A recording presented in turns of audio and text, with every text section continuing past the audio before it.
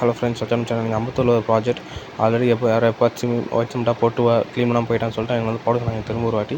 நான் சொன்னேன் joint flat cut பண்ணி எடுத்துருவோம், டஸ்ட்லாம் எடுத்துருவோம். பட் அது மீறி டைல்ஸ் மேலே நினச்சா முடிஞ்சு தேய்ச்சிருப்போம், அது மேலே எடுக்க முடியாதுன்ட்டு அவனும் சரின்ட்டாங்க. சரி, நானும் ஒர்க் பண்ண ஸ்டார்ட் பண்ணிவிட்டோம். அவங்க மெயினாக வாட்டர் லீக்கேஜ் இஷ்யூ இருக்கான்னு சொன்னாங்க. ஸோ நானும் எப்போ முடியும் சொல்லிட்டோம்.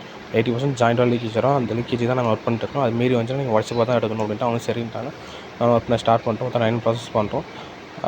ஆல்ரெடி என்னோடய வீடியோஸில் பார்த்தீங்கன்னா உங்களுக்கு தெரியும், நான் ப்ராசஸ் பண்ண ஒரு பாத்ரூம் இந்த மாதிரி ஆல் ஓவர் சென்னையில் நாங்கள் பண்ணிகிட்டு இருக்கோம். A to Z water leakage issue பாத்ரூமில் இருந்துச்சுன்னா ஃப்ளோருக்கு ஓகேங்களா.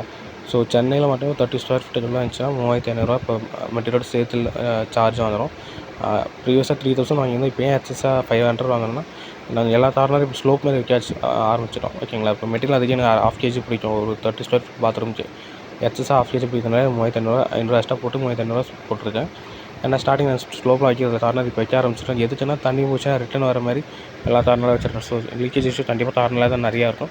அதனால் நிறைய கஸ்டமர் கேட்டாங்க, 500 ஆனாலும் பரவாயில்ல கொடுத்தேன். ஆனால் இப்போ எல்லாத்துலையும் நாங்கள் பண்ண ஆரம்பிச்சிடும். நீங்கள் இந்த வீடியோ பார்த்தீங்கன்னா தெரியும். இந்த ஆல்ரெடி சென்னையில் நாங்கள் ஒர்க் பண்ணியிருக்கோம். இந்த மாதிரி உங்களுக்கு என்ன லீக்கேஜ் இஷ்யூ கால் பண்ணுங்கள், நான் உங்களுக்கு எக்ஸ்பிளைன் பண்ணுறேன். என்ன இஷ்யூ எப்படி வரும், நாங்கள் எப்போ வருவோம், என்ன ஒர்க் பண்ணலாம், எவ்வளோ காஸ்ட் ஆகும், மெட்டீரியல் காஸ்ட் ஆகுன்றது கிளியராக சொல்லுவேன். தேங்க்ஸ் ஃபார் வாட்சிங் தி வீடியோ.